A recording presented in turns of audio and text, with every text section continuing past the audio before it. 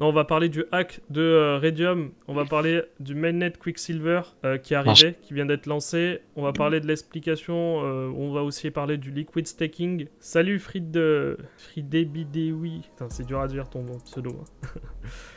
On va parler du liquid staking et on va faire un comparatif avec Stride et peut-être on parlera aussi rapidement de Lido qui arrivera aussi sur le Cosmos Hub qui devrait arriver. On va parler aussi d'Injective Protocol avec le bridge qui vient d'arriver avec Wormhole qui va permettre en fait d'intégrer Solana mais aussi Ethereum du coup à ce bridge, des Helix perpétuels, des intégrations des tokens sommeliers, mais aussi on va parler de sommelier aussi et des stratégies trading de sommelier.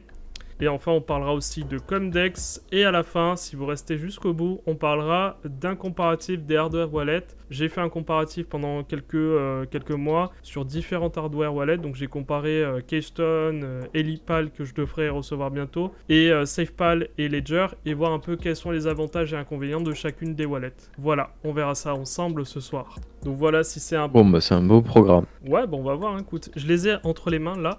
Hop, déjà... Alors là, j'ai ma SafePal, qui est ici, avec son beau étui en cuir. Tu peux voir comme ça, avec sa petite caméra derrière. D'ailleurs, c'est très pratique. Hein, il y a pas de... C'est du air gripe, comme ils appellent. Ça veut dire qu'en gros, c'est uniquement par QR code que vous transmettez les informations. C'est plutôt pratique. Et en plus de ça, pas besoin d'avoir de câble, pas besoin de connexion Bluetooth. Juste besoin d'une hardware wallet avec une petite caméra et c'est tout. Et un téléphone portable, bien sûr.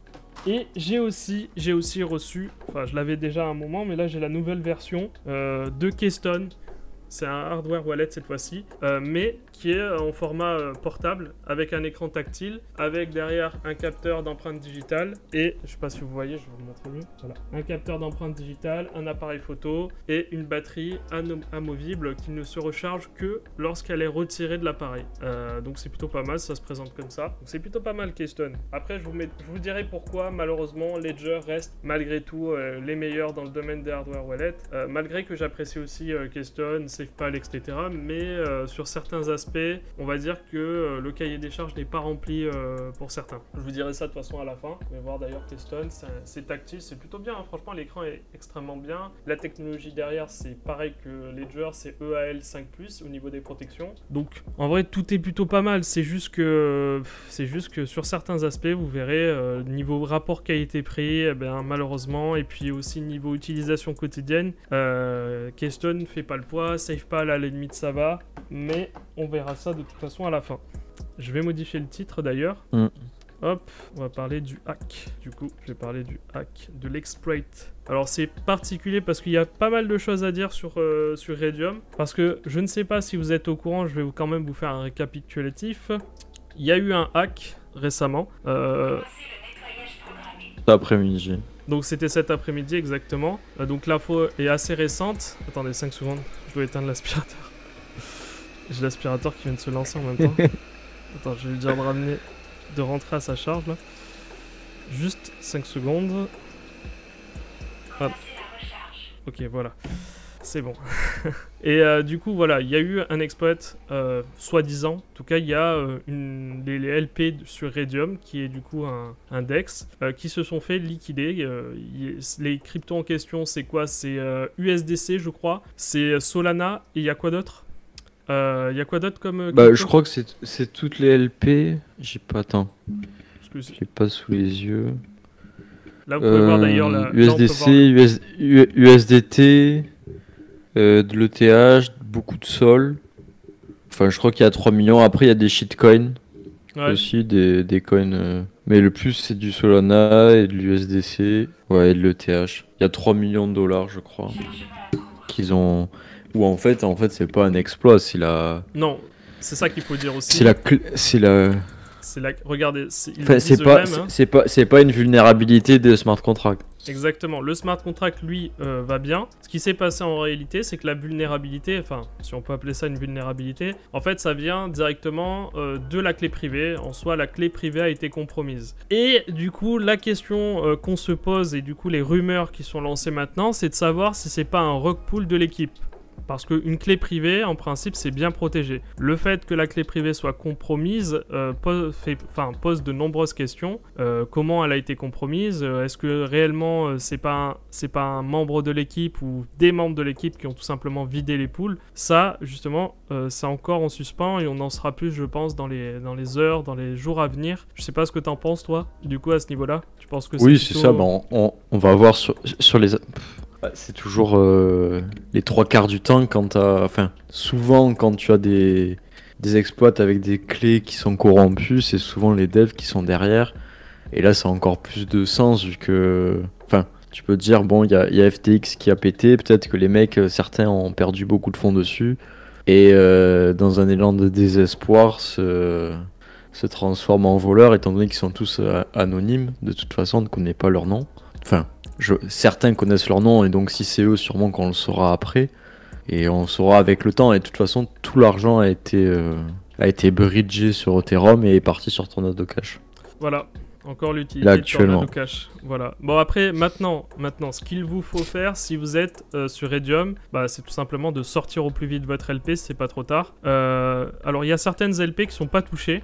Il y a justement c'est Défilante qui a fait une vidéo pour expliquer quelles étaient les LP qui sont touchées. Je vous ai mis le lien du coup sur Twitter. Vous pouvez regarder si vous êtes ou pas impacté par ce hack. C'est pas toutes les LP, mais dans le doute vous sortez, quoi. Vous sortez de Raydium, hein. Prenez pas de risque, vous sortez tout simplement de vos fonds. Et encore une fois, je sais pas quoi, c'est encore une fois la preuve de rien du tout en soi, mais je sais pas si les gens après ça ils vont encore avoir confiance dans les bridges, dans les DEX, parce que à chaque fois on annonce un hack d'un bridge, on annonce un DEX qui s'est fait hacker. Pour moi ça devrait plus arriver ce genre de choses. On est censé être soi-disant décentralisé aujourd'hui.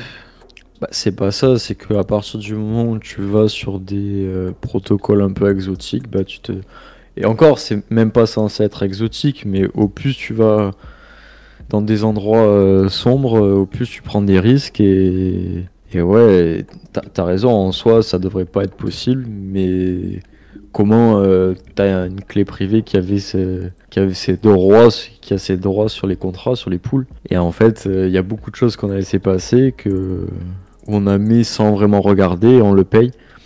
Maintenant, après c'est un petit hack, mais ça reste un de plus, disons. Petit hack quand même, c'était un gros dex sur... Enfin, peut-être pas le plus gros, mais c'était quand même un gros dex sur Solana, non? Si on regarde Raydium, c'était... Oui, c'est un des plus gros, oui.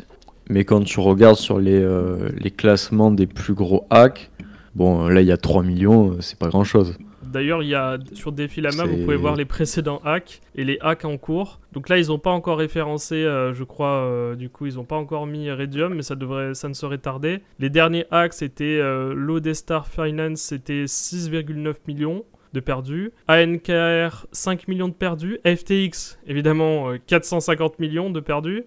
DFX, 4 millions. Et en fait, si on regarde bien, là, presque toutes les semaines. Voilà. Comment? Ça, il y a eu celui que tu dis, Lodestar, c'était cette semaine aussi, qui était encore plus gros aussi. 6,9 millions. Là, c'est encore plus... C'était sur Arbitrum, sur Arbitrum. Oui, d'ailleurs, t'as eu les messages de quelqu'un qui bossait chez Arbitrum, c'est ça? Non, qui était proche du protocole, je crois. Il était proche de ce protocole. Il était dans la communauté, voire derrière. Il m'a pas vraiment précisé, ou il a pas voulu, mais oui, ils m'ont dit. Et en gros, ils m'ont expliqué le hack, où en fait, là, c'est des manipulations de prix qui ont fait que les mecs ont pu tout withdraw, en fait, en faisant pump un coin. Avec peu de liquidité, tu arrives à extraire beaucoup de liquidité du protocole. Et à vider tout, en fait. Donc là, vous aviez du coup FTX, c'était le 12 novembre, 450 millions de perdus. DFX, 4 millions. Pando Rings, 22 millions. Gala, du coup. Gala, c'était le hack de Gala, oui. Donc ça, c'était le 3 novembre. Mais en fait, si on regarde bien, des hacks, il y en a toutes les semaines, en fait. Hein. Qui sera le suivant? C'est ça la question qu'on peut se poser. Nous, on est là, on est sur des protocoles. En fait, on sait pas si ça va nous tomber dessus ou pas. Ça fait peur, quand même. Hein. C'est un peu ça, il y en a. Il y a un classement sur les Chaque, montants perdus. Ouais, il y a un classement. Ronin, oui. 624 millions. Polynetwork, 611 millions. Binance Bridge, c'était il y a pas longtemps, 6 octobre, 570 millions de perdus. FTX, 450 millions. Finalement, FTX, c'est pas les plus gros. Hein. C'est pas les plus gros. Nous, on a Nomad qui nous a touché. Ouais. Wormhole, 326 millions. D'ailleurs, on va en parler tout à l'heure de Wormhole en plus. C'est vrai, on va en parler. Mais Wormhole, quand même, Wormhole, c'est les seuls de tout cela, je crois que c'est les seuls qui ont tout reposé, qui ont tout remboursé. C'est un hack énorme. Et la boîte derrière, ils ont remis 300 millions. Incroyable. Ils ont tout remboursé. Alors que Nomad, non. Et pourtant, tu te rends compte, Nomad, 190 millions. Oh là là. Ouais, bon ben voilà, si vous voulez regarder, je vous mets le lien, de toute façon, je vous mets le lien là sur Twitch. Vous pouvez voir le lien des personnes, du coup, enfin des protocoles qui se sont fait récemment hacker. Comme vous pouvez le voir, vous avez pratiquement toutes les semaines un protocole qui se fait hacker. Je sais pas quoi en penser, sincèrement, s'il n'y a pas une remise en question là, ça craint quand même. Surtout que là, regarde, ici, Dego Finance Private Key Compromise, donc c'est exactement comme actuellement sur Redium. Ici, Ronin Private Key Compromise, donc en fait, Social Engineering, en gros, ça veut dire que c'est souvent l'équipe hein, derrière. C'est un rug. Bah, c'est des rug pools. T'as des rug pools de l'équipe, t'as de tout, mais en fait, c'est toujours pareil. On peut pas le savoir, si tu veux être safe, tu vas sur... Ouais, mais si tu veux être au plus safe, disons, tu vas sur Uniswap, AAV ou des protocoles qui sont là depuis 2-3 ans, qui ont des TVL énormes et qui n'ont jamais eu de hack. Tu te dis, bon, en principe, ça va. Et au plus tu vas dans les petits protocoles, bah, au plus tu prends de risques. Et c'est le normal. Ouais, c'est ça. Mais après, c'est pas une sécurité en soi. Moi, je pense qu'on devrait même pas pouvoir leur faire confiance sur la clé privée. Il devrait y avoir quelque chose qui protège la clé privée. Je sais pas, une multi-signature et même ça pourrait servir. Non, bah non, c'était déjà le cas. Je sais pas ce qu'on pourrait faire. T'as toujours des... Tu peux rien faire si ce n'est avoir le temps et avoir confiance aux personnes et aller que dans des endroits où tu as à peu près confiance avec les personnes qui tiennent le protocole, leur parler, essayer de leur parler, de faire ton petit audit perso et si tu as au moindre signe qui t'inquiète, tu t'en vas. Je t'envoie tout de suite. Ouais, suite. Voilà, Redium par exemple, Redium, tu vois que les mecs, on va dire le DEX était à la mode au début de Solana, mais était bien mort depuis le temps, plus personne l'utilisait. Enfin, t'avais encore du volume parce que t'avais des pools et tout, mais tu voyais que les mecs n'étaient plus trop actifs derrière et c'était une rente, tu vois. Mais c'est les questions aussi qui se posent. Plus le token, plus le truc qui est très proche de FTX et Alameda en plus. Donc tu te dis en plus c'est... Bah, quand tu regardes... C'est peut-être un lié, bon. Je sais pas, à voir, on verra de toute façon ce qu'il en est dans les semaines à venir. Sincèrement, j'ai un peu ma petite idée quand même. Comme toi, je pense aussi que c'est un peu bizarre, juste une clé compromise. Ça paraît tellement gros, mais bon, après, on sait jamais, tu vois. Bref, on va passer sur quelque chose de... c'est très bizarre, ouais. Parce que là, je vois sur des Discord, je vois des liens où t'as des mecs qui ont vendu énormément de Radium hier, juste avant, enfin, il y a plein de trucs bizarres qui se passent quand même. On va passer sur une note plus positive. Je ne sais pas si vous vous souvenez, mais on vous aviez fait, normalement, si vous aviez suivi sur le Discord, on avait fait un airdrop de Quicksilver. Enfin, on avait participé au testnet de Quicksilver. Et ça y est, les Quicksilver sont enfin disponibles sur nos wallets. Donc en fait, maintenant, ce qu'il faut faire, c'est pour les récupérer, c'est très simple. Vous n'avez rien à faire. Juste, vous pouvez les voir sur... c'est quoi le site? Est-ce que tu peux le mettre sur Twitch? Du coup, c'est Node Explorer. Si je me souviens bien, ça vous permet de voir vos Quicksilver. Alors, petite bémol par contre, c'est que je constate que j'ai beaucoup moins que ce qui était prévu. Je devais avoir à peu près 1000 Quicksilver, j'en ai obtenu que la moitié, et toi tu devais en avoir 2000 ou 1800 et t'en as obtenu que 1400. Bah c'est ça, je sais pas trop ce qui s'est passé.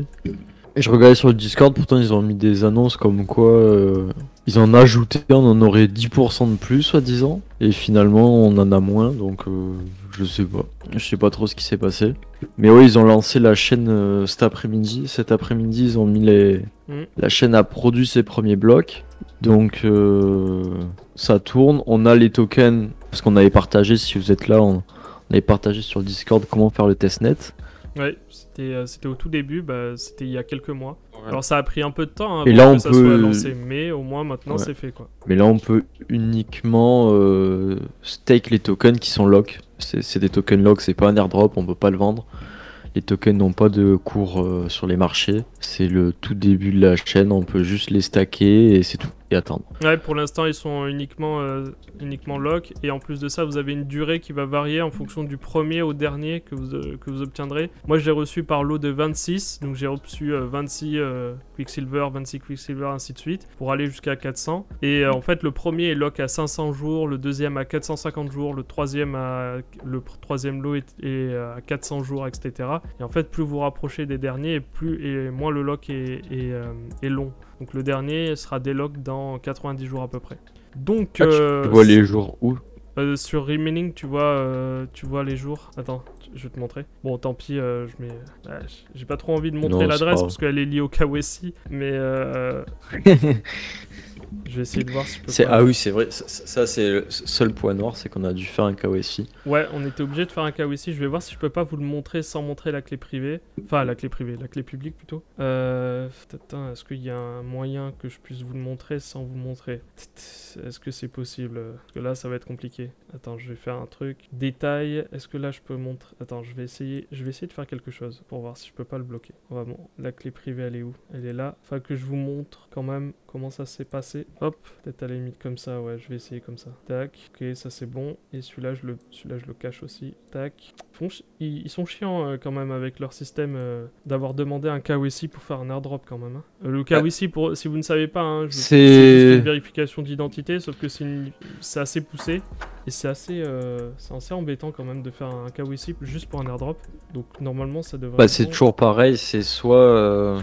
dans un sens c'est chiant, mais si en même temps tu pouvais faire... si tu peux faire 150 comptes et farmer l'airdrop comme un bâtard, donc c'est ennuyeux. Je vous montre. Alors voilà, hop, je vais juste retirer ça temporairement. Tac, Cosmos fenêtre, voilà, c'est bon. Voilà. Donc là, vous pouvez voir le montant que j'ai en Quicksilver, et vous aussi, de votre côté, si vous avez participé à l'airdrop, eh bien, vous pourrez voir le montant en Quicksilver. Donc là, vous pouvez voir que j'ai 468,9 Quicksilver, donc c'est bien moins que ce qui était prévu au tout départ. Et vous pouvez voir ici, juste en bas, eh bien, le vesting period, là c'est par lot de 26. Donc là vous voyez 26 Quicksilver, j'en ai reçu plein en fait, jusqu'à 78. Peut-être qu'en fait je vais encore en recevoir, peut-être que c'est pas terminé en réalité. Je sais pas, ça me paraît bizarre. Non, mais en fait c'est pas que t'en reçois, c'est là tu les as tous et ils se débloquent à X. Ouais, là je crois que c'est les chiffres, c'est les blocs. Ouais, j'ai les dates. C'est les blocs, en fait c'est à tel bloc. Mais j'avais vu la date en jour, je sais pas où je l'avais eu. Attends, faudrait que je regarde. Quand j'ai voulu faire Delegate, mais attends, je vais regarder sur une autre page. Hop, je regarde sur une autre page pour voir rapidement. Alors j'avais fait Delegate, c'est bon, 458. Ah putain, c'est dommage, tout à l'heure je le voyais en... Je vais regarder à nouveau. Tout à l'heure je le voyais. Bon, bah là je les vois pas, tant pis. Bon, bah, moi je voyais les jours en tout cas. Tout à l'heure je voyais les jours. Bah moi je vois les jours. Tu les vois toi les jours? Pour ça. Non, moi je vois juste les blocs comme toi. Ok, bon, bah c'est pas grave. Bon, dans tous les cas, si vous avez participé à l'airdrop, c'est le moment de regarder ce que vous avez eu en airdrop, du coup, sur Quicksilver. On vous a mis le site, du coup, là, juste là sur Twitch. Donc vous regardez, et puis dès lors qu'il y aura, je pense, un prix... Un faucet, il faudra les stacker. Un faucet, ouais, vous pourrez les stacker. Non, surtout les stacker, parce que là on peut pas les stacker. Ouais, actuellement vous pouvez pas, ouais. Quand on peut stacker dès le début, c'est quand même pas mal. Mais tu sais quoi, ce qu'on pourrait faire aussi... Profiter de l'inflation. Si jamais il n'y a pas de faucet qui est mis en place tout de suite, ou que le faucet est trop compliqué à faire, je pense que ce qu'on pourra faire, en petit comité évidemment, c'est que si on arrive à obtenir auprès d'un validateur des Quicksilver, par exemple, on va peut-être demander à Imperator, peut-être d'avoir, je sais pas, un Quicksilver qu'on se distribuera tous pour pouvoir faire le stacking. On le mettra sur Discord, et dès que vous voudrez en fait faire une transaction pour justement déléguer à un validateur, ben on vous enverra quelques centimes de Quicksilver pour faire l'opération. Bon, si on arrive à obtenir un Quicksilver. Ouais. Parce que là, là, actuellement, étant donné qu'il n'y a pas de marché pour en acheter, on peut pas en obtenir. Mis à part pour un faucet, on peut pas. Et comme les nodes sont lock, on peut pas les utiliser. Donc voilà, si on arrive à obtenir un Quicksilver, on en distribuera à tout le monde pour que tout le monde puisse stacker ses Quicksilver et vendre à la limite les rewards de son stacking. On verra bien ce que ça donne. En tout cas, c'est quoi Quicksilver? Parce que depuis le début, on dit ouais, on a fait un airdrop Quicksilver, mais si vous savez pas ce que c'est, à quoi ça sert, ça serait dommage de passer à côté, quoi. Tu veux bien expliquer ce qu'est le liquid stacking et en quoi Quicksilver se différencie de ses concurrents, à savoir Lido qui arrive et bien sûr le concurrent actuel c'est Stride. Yes. Alors qu'est-ce que le liquid staking? Le liquid staking, on a vu ça apparaître sur ETH, Solana, etc. Et ça te permet, en fait, sur les chaînes Proof of Stake, actuellement, si sur Cosmos, tu avais le choix entre avoir ton token staké ou l'avoir libre et disponible, normalement, et pouvoir l'utiliser en DeFi, ou faire ce que tu voulais avec, le trader, etc. Mais ça pose un problème, c'est que tu dois choisir entre l'un ou l'autre. Tu peux pas faire les deux en même temps. Et donc, des protocoles sont arrivés, et t'ont dit, nous, on va te permettre de stacker tes tokens et en échange on va te donner un autre token qui sera une représentation de ce token stacké et ça va te permettre du coup de l'utiliser dans la DeFi.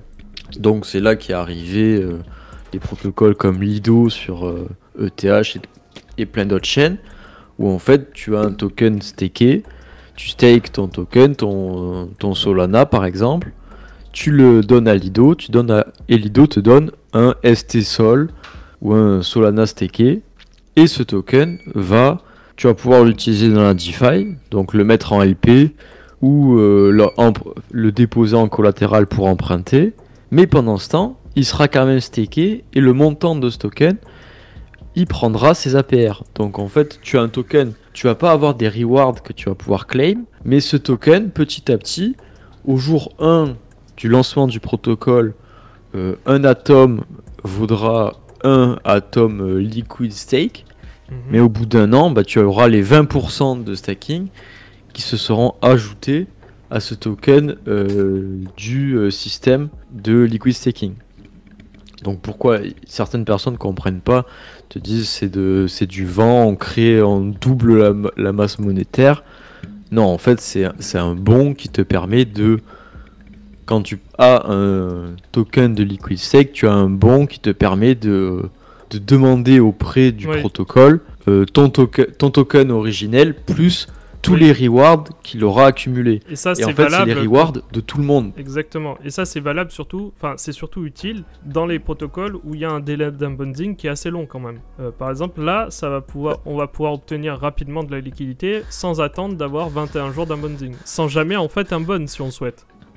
C'est ça te permet du coup en théorie stacker ton token, avoir un token stacké sans jamais avoir l'unbound ou ne pas l'unbound, mais surtout ça te permet également, là actuellement il est stacké, mais si tu as envie d'emprunter contre un token stacké, tu ne peux pas.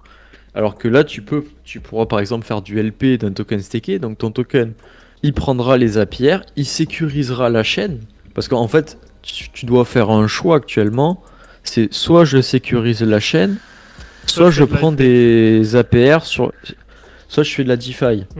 Donc tu regardes, tu fais toujours le pour et le contre, tu regardes, je prends 20% en staking, si je prends pas 20% en DeFi, je fais pas de DeFi, ça sert à rien, je vais en staking. Ou l'inverse, je prends Evmos, je prends 300% en APR, je vais pas faire de la DeFi, c'est risqué, je peux me faire hacker. On l'a vu tout à l'heure, en stacking, j'ai aucun risque, je fais du staking et c'est tout. Donc là, ça te permet de faire les deux. Et le seul risque que tu as, c'est le risque du protocole en lui-même. Et c'est là où tu dois choisir le protocole. Ou sur Cosmos, tu as la chance, on va avoir pas mal de protocoles où on va pouvoir choisir où aller. Là, actuellement, on a Stride qui fonctionne déjà. Oui. Et chaque protocole a des petites particularités qu'on va voir ensemble. Exactement. Et d'ailleurs, vous pourrez regarder, je vous mets l'article sur Medium, qui va répertorier du coup les avantages à utiliser Quicksilver par rapport aux concurrents. Je rappelle, les concurrents actuels, c'est Stride, et bientôt vous aurez aussi Lido qui va arriver aussi sur l'interchaîne. Mais du coup, quel est l'intérêt d'utiliser plutôt Stride que les autres? Déjà, Quicksilver sera sécurisé par un ensemble de validateurs d'au moins 100 nœuds au tout début. Donc, afin de promouvoir la décentralisation, Quicksilver autorisera la délégation à tous les validateurs de la chaîne cible par défaut. Donc, désolé pour la traduction, mais en gros, ça veut dire que contrairement à certains validateurs qui vont restreindre en fait l'accès à certains validateurs, là ici, ça sera ouvert à beaucoup plus de monde. En fait, c'est ça. En fait, ce qu'il faut comprendre, c'est que le protocole de liquid staking, donc en fait, quand vous stakez, vous choisissez votre validateur. Je stake de l'Atom, je choisis quel validateur je vais les staker sur Imperator. Quand vous allez sur un protocole comme Lido, en fait, comment ça fonctionne sur Lido? Lido, eux, ils sont là, ils récupèrent tous vos tokens, ils vont récupérer tous vos tokens, tous vos Solana, tous vos ETH. Et après, de l'autre côté, il y a un autre côté où Lido, derrière, dans leur dos, ils vont voir tous les validateurs et il y a uniquement certains validateurs à qui ils ont des accords, ils montent patte blanche, ils sont validés. Si tu as un validateur validé, tu reçois les tokens en staking de Lido. Donc en fait, Lido te dit, moi je vais staker à toi. Tu vas pouvoir prendre tes pourcentages de commission. Nous, Lido, tous les utilisateurs de Lido, ils vont aller stacker une partie chez toi et ils délèguent à plusieurs personnes, notamment sur ETH. En fait, on dit Lido a une très grosse part des ETH, mais en fait, Lido a les ETH, mais après, il les délègue à droite à gauche, à beaucoup d'autres validateurs plus ou moins indépendants. Mais ils reçoivent uniquement les tokens de Lido. Ça, c'est comment fonctionne Lido et comment fonctionne Stride également. Stride, il fonctionne également comme ça, où en fait, les validateurs qui sont acceptés, c'est selon des votes, ça va être selon des votes de DAO. Pour l'instant, c'est pas le cas. Sur Atom, par exemple, sur Stride, c'est uniquement les 25 plus gros validateurs qui sont à qui on leur donne de la délégation. Donc, vous décentralisez pas trop, puisque vous allez déléguer au plus gros. Encore, vous donnez au plus gros encore vos tokens. Donc c'est les gros qui deviennent plus gros. Et c'est là où Quicksilver est un peu plus intéressant. C'est que si on a fait le testnet, on le sait, on l'a vu. C'est qu'en fait sur Quicksilver, leur système est assez malin. C'est que chaque utilisateur va choisir à qui il délègue. Donc quand vous allez utiliser Quicksilver, si j'ai envie de donner 25% à X, 25% à Y et 25% à Imperator ou je ne sais quel autre, tu vas pouvoir choisir toi, moi, utilisateur, choisir à qui je délègue. Alors ça a un avantage, c'est pour la décentralisation, mais ça a un risque, c'est si tu choisis des mauvais validateurs qui peuvent faire du coup n'importe quoi. Et avoir les tokens de tout le monde du coup qui sont burn, puisque les rewards, disons, tu mutualises les rewards en fait. Puisque tous les tokens sont fongibles, alors tu mutualises tous les rewards. Donc si dans le dos il y a beaucoup de slashing, de tokens qui se font slasher, tes APR ils vont être plus faibles que si tu stacker qu'avec des bons validateurs. Rappelons que le slashing, c'est la différence. C'est une sanction, hein. C'est une sanction sur les validateurs dès lors qu'ils ont des problèmes de fonctionnement, par exemple des déconnexions, etc. Donc ça, il y a le soft slash et le hard slash.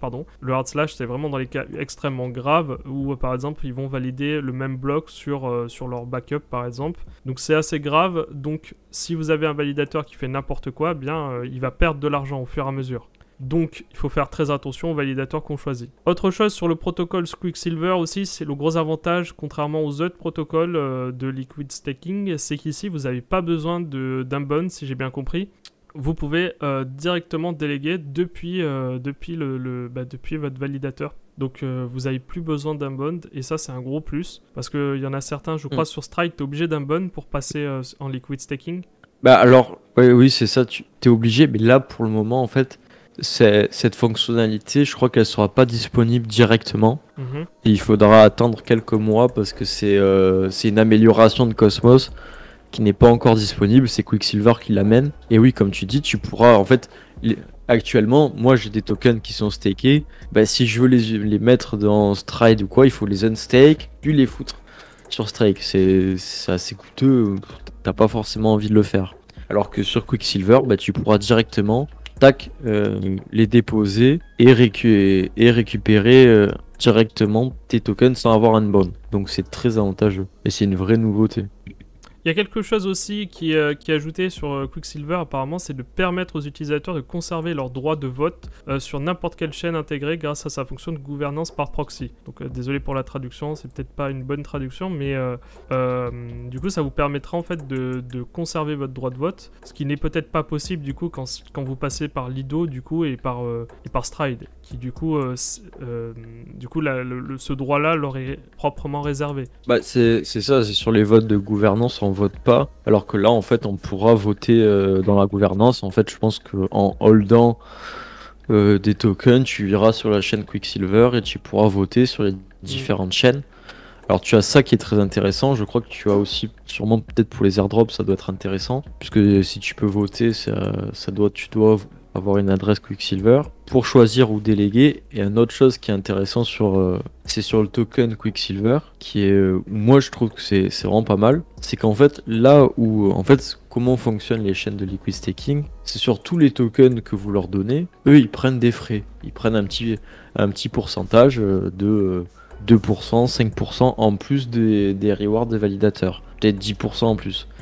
Et là sur Quicksilver, eux ils vont prendre un petit peu je crois, mais il y aura une autre partie qui sera reversée aux stackers de Quicksilver. Donc en fait, si vous achetez beaucoup de Quicksilver et que vous stakez du Quicksilver, ben vous gagnerez des atomes, des osmos, etc.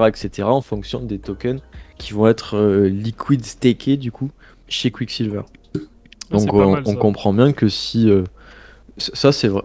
Ça disons que si Quicksilver arrive à devenir très gros, à s'imposer comme le plus gros sur Cosmos et avoir une énorme TVL comme peut l'avoir Lido, tu fais les petits calculs et tu te rends compte qu'avec un bon back de Quicksilver, tu auras pas seulement du Quicksilver mais tu auras des revenus en fait. Et les chaînes de liquid staking, ça a un intérêt le liquid staking et tu as des revenus, donc c'est assez intéressant. Il y a des questions aujourd'hui, comment peut-on recevoir des Quicksilver? Pour recevoir des Quicksilver à l'heure actuelle, mis à part si vous avez participé à l'airdrop, pour l'instant vous devez attendre qu'il y ait une ouverture sur un DEX. Par exemple sur Osmosis, je pense que ça devrait pas tarder. À partir de là, vous pourrez commencer à utiliser vos Quicksilver dès lors qu'ils auront mis en place officiellement le liquid staking. Alors, je vais essayer de voir le launch. Je sais que j'avais vu toutes les étapes de leur launch. Mais je sais qu'en janvier, il y aura de toute façon un airdrop. Et si vous stakez des tokens, vous aurez forcément quelques tokens Quicksilver. Ouais. En Q1, ils disent. Et après, j'ai vu... après, je crois que c'est en décembre. Enfin, non, on est en décembre. Donc, attends, je sais plus. Mais alors ça c'est un problème par contre avec Quicksilver. C'est qu'ils ont énormément de retard. Sur le papier, ça marche très bien. C'est très prometteur ce qu'ils nous disent, mais par contre dans les faits il y a énormément de retard. Moi c'est ce qui m'énerve un peu sur Quicksilver, c'est que tout ce qu'ils nous racontent, tu as que du retard. Alors ils repoussent à chaque fois, c'est peut-être pour des bonnes raisons, faut mieux repousser que sortir un truc qui marche pas, mais ça reste tu te dis bon, s'ils ont du mal à droite à gauche et qu'ils respectent jamais les délais, c'est assez ennuyeux.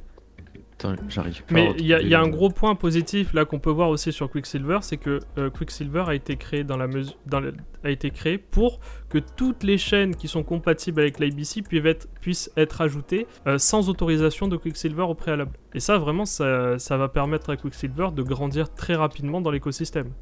De ce que j'ai compris, il y a Evmos qui va arriver sur Quicksilver, si je dis pas de bêtises. Ouais, tous en fait peuvent s'intégrer à Quicksilver. Non mais oui, mais je crois que Evmos ils avaient fait une annonce comme quoi ils allaient être sur Quicksilver au launch, ils allaient l'utiliser. Attends, il y a quelqu'un qui pose une question, c'est Tiber qui nous dit ils fournissent des vêtements Quicksilver en airdrop. Ah mais c'est toi que t'es avec nous en fait là. ils fournissent des vêtements Quicksilver en airdrop. Des vêtements, c'est des vêtements. C'est une marque. Ah putain, oui d'accord, c'est vrai, j'avais oublié. Ah oui, c'est vrai, c'est des vêtements Quicksilver, j'avais complètement zappé, oui. Ouais, donc du coup, non, ça n'a... Je crois pas que ça soit lié, enfin j'en suis même sûr. Mais du coup, oui, si Quicksilver vous intéresse, de toute façon, on fera un channel Quicksilver et on en parlera, on mettra un peu toute l'actualité. On t'entend souffler. Mais moi, enfin... Ah merde. Mais je disais, moi, des trois qu'il y a entre Lido, Stride et Quicksilver, Quicksilver, je trouve, ils apportent vraiment quelque chose. C'est assez intéressant. Niveau décentralisation, j'aime bien leur approche qu'ils ont. À voir si dans les faits, c'est aussi ça concrétise. Ouais, ça concrétise ce qui se passe sur le papier, ce qu'ils promettent, disons. Mais j'espère qu'ils vont réussir parce que j'aime bien ce qu'ils font. Ouais, mais moi aussi j'apprécie. Et quand on voit qu'ils ont bien plus à proposer que les autres concurrents, à savoir Lido, et surtout en termes de progression, il y a une facilité qui est offerte sur Quicksilver qui ne l'est pas sur Stride et Lido. Donc sincèrement, je pense qu'à terme, Quicksilver a toutes les cartes en main pour dépasser Lido et Stride. Mais on verra bien ce que ça va donner. On verra bien. Lido, ça sera difficile parce que c'est des géants, Lido. Hein. Lido, ils sont énormes. À terme, sur l'IBC, ils pourraient les dépasser. Bon, après, alors, sur Cosmos, comme tu dis, sur l'interchain, sur Cosmos, oui, mais étant donné que Lido, ils ont presque tous les ETH, c'est difficile en global de lutter. Mais Lido, sur le token Lido, oui, voilà, on verra bien. On verra bien, de toute façon on vous tiendra au courant de l'actualité évidemment. Là on va passer, puisqu'on arrive bientôt, on voulait tenir en 1 heure, bon on dépasse toujours un petit peu mais c'est normal. On va passer à Injective qui vient d'intégrer du coup le bridge Wormhole qui permet en fait l'accès à des nouveaux protocoles comme à de nouveaux actifs comme Solana, Client, Algorand et Aptos qui peuvent maintenant entrer dans l'écosystème Cosmos.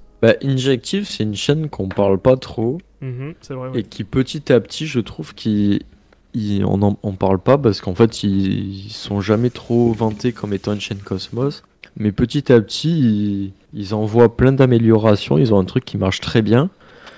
Ils ont renommé leur DEX qui s'appelle Helix.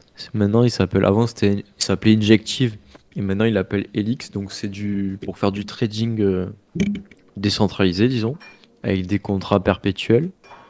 Et maintenant ils sont intégrés au bridge Wormhole. Et en fait, pourquoi c'est intéressant, c'est surtout parce que ça permet du coup de connecter d'autres chaînes à Cosmos qui ne l'étaient pas, où aujourd'hui on est obligé de passer par Axelar pour aller à droite à gauche si on veut bridger. Et là, hop, selon où on veut aller, maintenant on pourra passer par Injective. Vous pouvez le voir là par exemple. Là, je suis en train de vous le montrer. Vous pouvez voir par exemple qu'on peut, Crescent, Axelar, donc vous connaissez évidemment. Là, vous pouvez passer par l'IBC, ça n'a pas vraiment d'importance. Mais vraiment, Ethereum, ici, Solana, ici. Et vous pouvez constater qu'on ne les avait pas avant. Et là, ça va permettre de passer plus facilement d'une blockchain à une autre. Donc, par exemple, imaginons que vous voulez changer, je sais pas moi, vous avez des osmosis, vous voulez obtenir des Solana, vous n'avez pas envie de passer par un SEX, bien vous passez par Injective, indirectement, vous changez vos Solana contre des Injectives, vous les envoyez ici, et vous les changez sur le DEX contre des Solana, et puis hop, vous les envoyez sur la blockchain Solana. C'est ça, ou même sur Aptos, ou sur d'autres, je ne sais quelle autre chaîne, ou sur NIR. Enfin, c'est connecté à pas mal de choses, et ça marche, et Wormhole, ça s'appelle Portal maintenant. Et ils ont remboursé, oui, on disait tout à l'heure, parmi les bridges qui se sont fait hack, ils ont remboursé pratiquement tout, je sais plus. T'as dit 310 millions Ils ont tout remboursé. C'était des Ethers, oui, ils ont tout remboursé. Ouais. C'est Jump Crypto, en fait c'est une boîte qui s'appelle Jump Crypto, qui est une des plus grosses boîtes de trading. Et en fait, pourquoi ils arrivent sur Injective, c'est parce que Jump a énormément investi sur Injective récemment. Donc en fait, tout est lié. Mais si tu veux montrer je sais pas si tu montres le truc de trading sur Helix. Oui, je peux le C'est montrer. assez Ouais. intéressant aussi, je trouve. Je vais le montrer. C'est intéressant de voir avec toutes les chaînes Cosmos qui vont arriver, DYDX, etc. Mhm. Tu as des perpétuels. Tu peux. C'est le seul endroit où tu peux shorter de l'osmosis. Ouais. Donc parier De à manière la perte décentralisée. à la baisse. Non, mais même centralisé, je crois qu'il n'y a pas de. Ça n'existe pas. Ah ouais, d'accord, je savais pas. Je pensais que ça crois- existait sur Binance. Peut-être que maintenant qu'il y a Binance. Ah je oui, crois que Binance, ils ont que du spot. Ils ont que du spot, je crois. pour les Français, ouais, je pense, oui. Par contre, Ils pour ont- pour certains. Non, oui. mais même. Attends, je vais voir. De toute façon, ouais, bah, c'est pas grave. Mais hein. je crois pas oui, que. Écoute, si déjà on l'a de manière décentralisée, c'est déjà pas mal. Donc vous avez du BTC en perpétuel, de l'ingé... Bon, vous avez quoi? BNB aussi, ETH, Ah, Atom. Osmo, oui, Osmo, BTC ETH surtout. du STX, du Steady ETH. Je sais pas ce que c'est Steady ETH. Ok. Bah, Atom ça, aussi. non, mais voilà, les steady, c'est ce qu'on devait y venir. Les steady ETH, steady BTC, ETH BTC Trend, comme tu dis, qu'est-ce que c'est que cette histoire? C'est en fait les tokens de stratégie de sommelier, en fait, qu'on peut accéder sur Elix. Tiens donc, c'est Alors quoi là, sommelier? on va rentrer dans la. Ah là là. Tiens, ah ben voilà, on devait en parler Ça en monte. plus. Eh bien, ça tombe bien. On va parler des stratégies ETH, gestion de portefeuille automatisé. Je vais le mettre en anglais, Automated Portfolio Management, avec du Steady ETH, Steady BTC, ETH BTC Trend, ETH BTC Momentum et AAV2 sur Yale Strategy. Wow, c'est un peu chinois tout ça. On va essayer d'être le plus clair possible quand même. Qu'est-ce que sommelier? C'est des traders qui vont. C'est des traders qui vont trader pour vous en fait. Vous faites du copy trading. Non, je plaisante, c'est pas ça. Non, c'est pas ça. C'est en gros, sommelier, c'est une bonne alternative entre la CeFi, disons les solutions centralisées comme Celsius ou je sais pas moi, ce qui fait Asher. J'ai vu Asher, il s'est renommé, c'est plus Just Mining, c'est autre chose. Ouais. Ou ce que peut faire Meria. Où en fait là, vous leur donnez vos tokens. Ils vous proposent un yield, mais vous ne savez pas ce qui se passe. Vous ne savez pas qui les manage. Vous ne savez pas s'ils existent. Et de l'autre côté, vous avez... c'est comme SIGAFI, au final. Comme SIGAFI pour la partie... Et non, parce que SIGAFI, tu as un contrat derrière. Oui, mais tu as un contrat, mais tu sais pas comment on utilise tes fonds. À la fin, ils sont placés, tu sais pas comment ils sont placés. C'est pour ça d'ailleurs qu'ils avaient placé une partie de l'argent chez Alameda et on ne le savait pas. Enfin, si on le savait, mais on n'avait pas vraiment fait attention sur le coup. Ouais, et contrairement... Et après, tu as l'autre option, c'est tu fais de la DeFi. Et là, tu es comme nous, au jour le jour, à devoir faire de la LP, à manager tes positions, à sortir. Et c'est presque un boulot à plein temps si t'es sur 3-4 trucs. Et eux, sommeliers, ce qu'ils te disent, c'est nous, on fait ce qu'on appelle des stratégies, qu'ils appellent ça des sellars, des celliers, où en fait n'importe quelle boîte de trading, disons, peut venir te proposer une stratégie, et cette stratégie sera sur Ethereum, et avec un système de bridge qui sont propres, c'est en fait le Gravity Bridge mais modifié. C'est les validateurs et c'est la chaîne sommelier qui permet de faire des actions sur Ethereum. Donc la boîte ne peut pas, le trader, tu donnes pas de l'argent, le mec il fait ce qu'il veut, quoi que ce soit, le mec il fait les actions du côté Cosmos, et après les informations sont bridgées, et le cellier en fait c'est un smart contract sur Ethereum qui ne peut être actionné et géré que par les validateurs de la chaîne sommelier.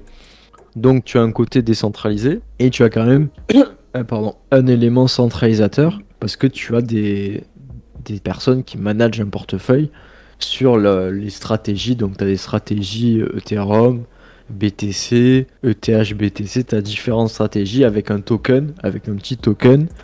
Et en fait ce token, il reflète la performance de la stratégie. Donc en fait c'est intéressant parce que si justement toi on est là de tout à l'heure, si t'as pas trop envie de te prendre la tête mais t'as envie d'aller sur la DeFi d'ETH, mais bon, il faut des fonds énormes pour aller dessus parce que ça coûte très cher en frais. Moi j'utilise Sommelier pour la dernière, ce qu'il appelle Yield Strategy en stablecoin. J'ai un peu d'argent dessus, c'est à 15% d'APY. Mais bon, rien que déposer ton argent dessus, tu prends 5 dollars de frais, 5-6 dollars de frais ETH parce que pour faire X transactions. Donc c'est chiant quoi. Et si tu dois faire pareil sur le TH à chaque fois, bon, si t'as pas des très grosses sommes à chaque fois, tu te fais ruiner. Bon, de toute façon, les pourcentages sont pas super importants ici sur Sommelier. C'est vraiment si vous avez des gros portefeuilles à la limite. Parce que si vous voulez vraiment avancer en termes de rendement, il va falloir taper. Si vous avez peu d'argent et que vous avez besoin de beaucoup de rendement, bah non. Bah c'est pas le meilleur choix en soi. Bah non, moi, bah ça dépend. Non. Sur là, t'as 15% sur du stablecoin. Sur la DeFi, on est à 14, non, sur du stablecoin, on a 14,6% bah, d'APY. Ouais. Bah mais c'est très bien. T'es sur AAV, t'es sur les fonds, ils sont sur AAV, et sur le plus gros, la plus grosse marketplace. Tu peux pas faire plus sécurisé en fait. Ouais, non, je suis d'accord. Je vois pas. Enfin, non. Et c'est pas que des stablecoins safe. Hein. T'as USDC, AMPL, BUSD, DAI. Bon, ok, DAI, ok. Frax, j'ai un peu plus de mal. GUSD, je connais pas. Mais c'est eux qui te les managent. À chaque fois, GUSD, sinon c'est que des trucs. GUSD, c'est celui de Gemini. SUSD. Mais en réalité, ils te managent, ils changent entre chaque truc. T'as mis combien et en fait, si tu regardes les rewards, ils sont payés. J'ai un tiers de mes stablecoins. T'as mis un tiers de tes stablecoins? Mais si tu regardes, tu les as mis où les autres? Ouais. Il y en a une partie sur Crescent et une autre partie qui font rien. Ah ok. Parce que t'as pas confiance non plus. Bah on sait jamais. Je suis d'accord. On sait jamais. Il faut toujours en avoir. Perso, les stablecoins, je suis pas fan de base. Je suis pas trop fan d'avoir des stablecoins sur des protocoles parce que souvent, on se dit une chose, on se dit ouais, il y a pas beaucoup de pourcentage, mais au moins c'est safe. Ouais, on a vu ce que ça a donné avec l'UST. On avait 20% en APY. À la fin, on a tout perdu parce qu'on avait beaucoup plus confiance dans ce genre de protocole. Je préfère aller sur, je vous dis, moi c'est mon avis, hein, mais je préfère aller sur des DEX avec où j'ai la possibilité de sortir quand je veux, mais avec des APR beaucoup plus importants et je pourrais placer en fait beaucoup plus et retirer beaucoup plus rapidement. Et certes, c'est des one-shot, mais au moins, je suis plus gagnant sur le long terme. Bah, en parlant d'ailleurs de DEX avec des APR assez importants, je suis actuellement sur du coup, je suis toujours sur Comdex. Là, sur le portfolio, on peut voir que j'ai un peu réduit. J'étais à 10 000, je suis passé à 9 257 $. Donc certes, j'ai perdu 800, mais j'ai gagné 2000 $, de reward depuis que j'ai mis la LP. Donc au final, là, pour l'instant, c'est vrai, à l'instant T, j'aurais gagné à peu près, j'ai gagné à peu près 1200 $ à peu près. Mais on va dire que si ça revient à la normale, si le Cosmos, si l'atome, je veux dire l'osmosis et du coup le CMDX remonte, bah au final, je récupère le prix de ma LP plus 2000 $. Et là, ça fait quoi? Ça fait quoi? Ça fait même pas 7 jours que je suis dessus. Hein. Ça fait 7 jours que c'est swappé en place, je crois. Faudrait que je regarde de toute façon. Peut-être un peu plus. Toi, tu veux pas encore te lancer sur ces swaps. Mais t'as raison en même temps, c'est extrêmement risqué, je le rappelle encore une fois. Certes, les APR sont très importants. Certes, vous pouvez sortir quand vous voulez. Certes, le CMDX est pratiquement à son plus bas historique.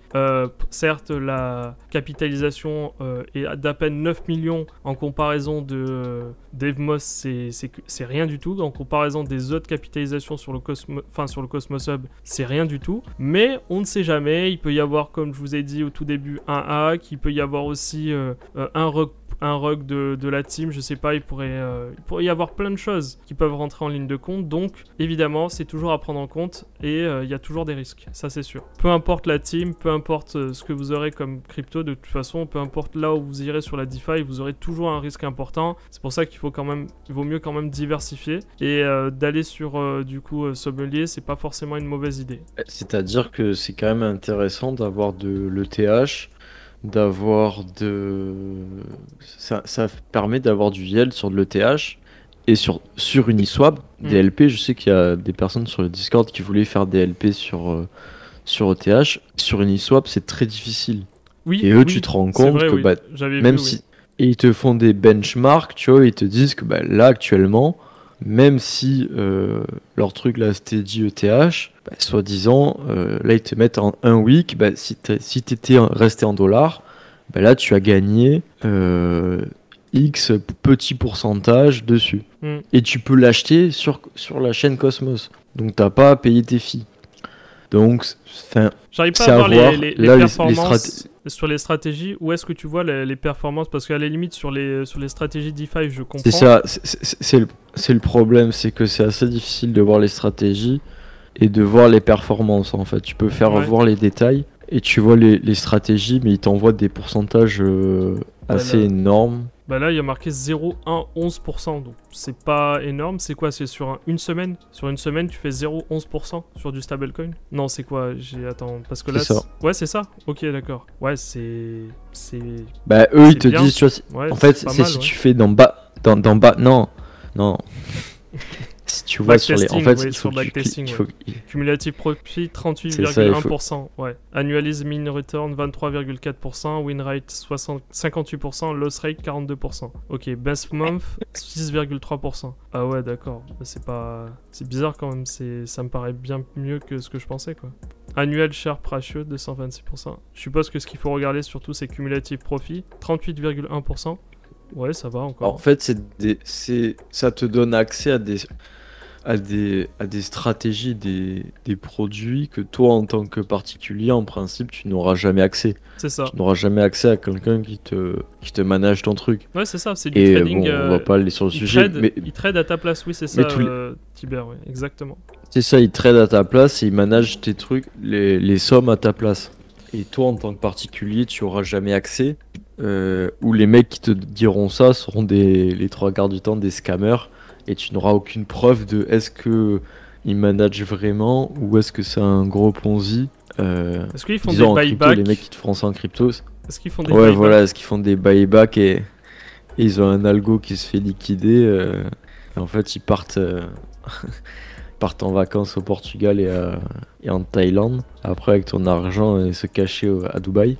Ouais, gros problème, ouais. Où là, tu vois les boîtes et tu vois les... Et il va y avoir d'autres stratégies qui vont être plus intéressantes que ça, je pense. Et toi, t'es sur quoi, du coup? T'es seulement sur AAV? T'es seulement en stablecoin, du coup, toi? Oui. Ok, t'as choisi... okay. Moi, j'utilise uniquement sur stablecoin parce que c'est entre 15 et c'était même à 20%. Et c'est assez intéressant, d'autant que je crois que le token, peut-être aujourd'hui, il s'est recassé la gueule, mais t'es payé en token sommelier. Je suis content de gagner des tokens sommeliers, en fait. Je vois, oui. Bah écoute, à voir.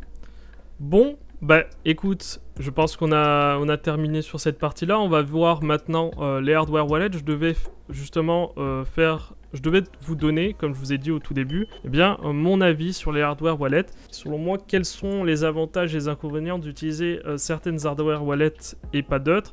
Spoiler, malheureusement, ou heureusement, ça dépend comment on voit les choses, Ledger est largement au-dessus de tout le monde pour plusieurs raisons, et on va voir ça de toute façon tout de suite. Je vais vous les montrer déjà. Je vous les avais montrés au début.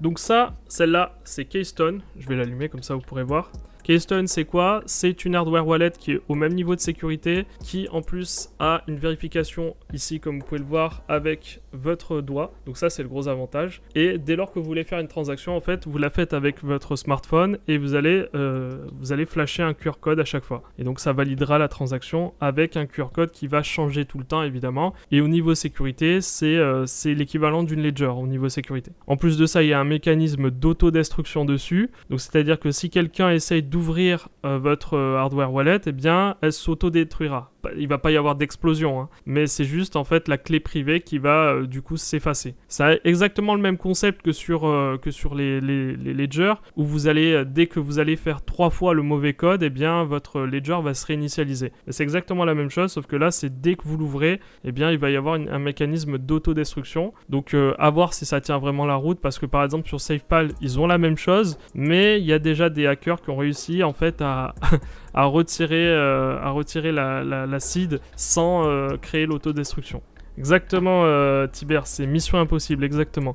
Donc, alors, les avantages de cette wallet, c'est qu'elle est Bon, déjà, elle est sous format tactile, c'est plutôt ergonomique, donc vous pouvez l'utiliser avec votre pad, avec votre doigt, je veux dire, et vous avez évidemment la détection d'empreinte. Donc ça, c'est plutôt pratique. Vous avez un appareil qui, en plus de ça, a une batterie amovible, et vous ne pouvez pas, pour des raisons de sécurité, charger en même temps, eh bien, votre Keystone et en même temps la batterie. Donc vous êtes obligé de la retirer, elle tient uniquement par des aimants, et là, en fait, vous rechargez en USB-C.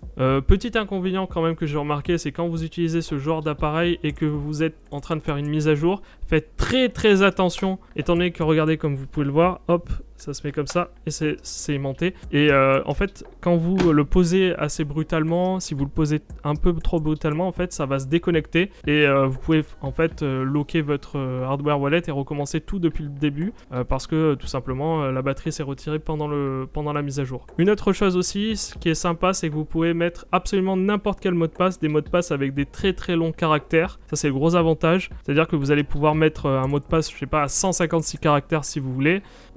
Et ça, c'est un gros avantage, c'est-à-dire que si quelqu'un vous l'apprend, essaye de, je sais pas, s'il veut tenter quelque chose, mais ce sera très dur pour lui de réussir à percer le mot de passe, tout simplement, parce qu'il sera extrêmement long. De toute façon, même sur Ledger, SafePal ou autre, même si vous avez un code de 8 chiffres, vu que vous avez que 3 essais, eh bien, quoi qu'il arrive, en fait, ça ne servira à rien, vous ne pourrez pas brute force, quoi qu'il arrive.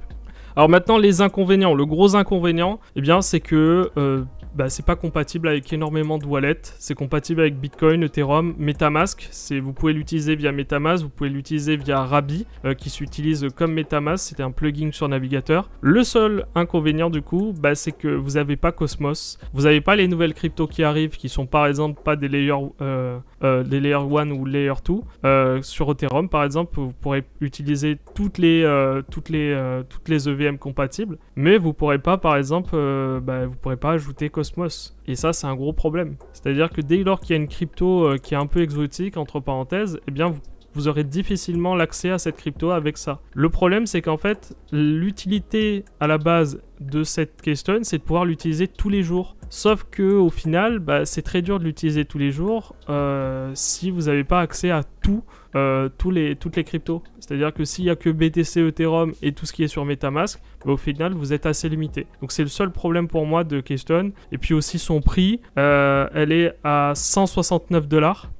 Donc le rapport qualité-prix, il est pas super, je trouve, pour au final quelque chose qui est ergonomique, c'est vrai, mais est-ce qu'on a vraiment besoin d'avoir un écran tactile vous me direz si vous avez besoin d'un écran tactile ou pas. Moi perso, je pense que c'est superflu, mais à voir, hein. Il y en a certains qui aiment bien ça. D'ailleurs, on l'a vu sur la nouvelle stack de chez Ledger, où vous pouvez voir qu'il y a un écran tactile, mais elle coûte super cher, je crois que c'est 289 $. C'est vraiment pas donné. À voir. Bon, niveau design, voilà, c'est pas terrible, c'est un carré, quoi, c'est un bloc. Donc voilà, quoi, je sais pas. Sincèrement, si ça vous plaît, si vous êtes uniquement sur BTC Ethereum et que vous utilisez uniquement Metamask sur la DeFi Metamask, à la limite, ça peut vous servir, ça peut être sympa pour vous. Mis à part ça, c'est un peu cher, je trouve. Voilà, après, ensuite, évidemment, j'ai testé pendant plusieurs mois, et là, à la limite, ça va. C'est SafePal. SafePal, 50 $. Je dis déjà de le prix, un tout petit écran ici, un appareil photo juste là, une petite batterie qui tient jamais, ça faut dire la vérité, ça tient pas du tout. Je sais pas quelle batterie au lithium ils ont mis dessus, d'ailleurs c'est pareil pour Keystone, toutes les batteries elles ont toujours des problèmes, à chaque fois que je les charge, je reviens une semaine après ou 2 semaines après, elles sont déjà déchargées, donc c'est vraiment dommage. Mais sinon pour l'avantage ici sur le SafePal, c'est que vous avez Binance derrière qui ajoute plein de blockchains, et tout se fait en fait depuis le smartphone. C'est-à-dire que vous allez avoir, je vais vous montrer, si je peux vous montrer sur portable, en gros vous allez avoir tous les sites disponibles que vous avez sur l'ordi, mais cette fois-ci vous allez tout passer directement sur l'application SafePal. Et ça c'est vraiment pas mal. Je vais essayer de vous le montrer sur le portable, si je peux vous le montrer là. Attendez, je vous le montre. SafePal, vous pouvez voir en fait que vous avez pas mal de réseaux disponibles. Vous avez BSC, Ethereum, Aptos, NIR, Solana, etc. Et ils font des mises à jour assez couramment. Donc ils sont assez rapides. Par contre, ils n'ont pas encore le Cosmos Hub. Et encore une fois, c'est un gros problème. Et c'est pour ça qu'à la fin, malheureusement, j'ai encore mis Ledger au-dessus de tout le monde. Parce que Ledger est beaucoup plus polyvalent. Mais ou sinon, si vous aimez SafePal, que vous aimez le format carte et que vous voulez pas en fait vous trimballer avec un câble USB ou du Bluetooth, eh bien c'est vraiment pas mal. Je vais vous montrer du coup comment ça fonctionne avec les DIAP. Donc par exemple, on va choisir, je sais pas, une DIAP, on va aller sur Ethereum, tiens, on va aller sur Uniswap, hop. Et là, vous pouvez voir que depuis le portable sur l'application SafePal, je peux faire de la DeFi tout simplement depuis mon portable. Et tout est intégré sur SafePal, sur l'application SafePal. Donc c'est vraiment pratique. Vous pouvez tout faire depuis SafePal. Vous pouvez échanger vos cryptos. Vous pouvez faire du stacking. Vous pouvez tout faire depuis l'application. C'est vraiment complet. À ce niveau-là, SafePal c'est vraiment au-dessus. Et en plus de ça, c'est vraiment pas cher, seulement $50. Donc vraiment pour ça, chapeau SafePal, il n'y a pas de souci. Moi, sincèrement, je recommanderais d'en prendre une à la limite. Si vous aimez bien utiliser, si vous voulez pas payer $80 comme c'est le cas chez Ledger et que vous utilisez des cryptos qui sont pas trop exotiques, ça devrait aller. Ben voilà, je pense que là j'ai fait le tour. J'ai aussi Satoship. Alors Satoship c'est bien, mais c'est bien dans une certaine mesure. Donc Satoship, pour ceux qui ne le savent pas, c'est juste une carte. C'est une entreprise belge qui fait ça. C'est une carte sur laquelle vous allez stocker votre clé privée. Alors c'est pas mal si vous utilisez pas vos fonds. C'est vraiment, selon moi, c'est pas pour une utilisation quotidienne. Mais c'est pas mal. Et bien sûr, pour moi, Ledger reste au-dessus. Je le regrette un peu, mais malheureusement, Ledger reste au-dessus de tout le monde pour une raison très simple, c'est qu'il est extrêmement polyvalent. Vous pouvez l'utiliser sur MetaMask, sur Keplr, sur Solana, sur Rabi, partout où vous l'utilisez. Ils ajoutent tous les jours de nouveaux tokens. Donc en fait, ils ont tellement de pouvoir aujourd'hui que c'est très difficile en fait de les concurrencer. Et aujourd'hui, c'est les seuls qui fournissent autant de crypto. Je crois qu'après, derrière, leur concurrence, c'est Trezor, mais mis à part Trezor, et encore je trouve que Ledger est largement au-dessus, je vois pas.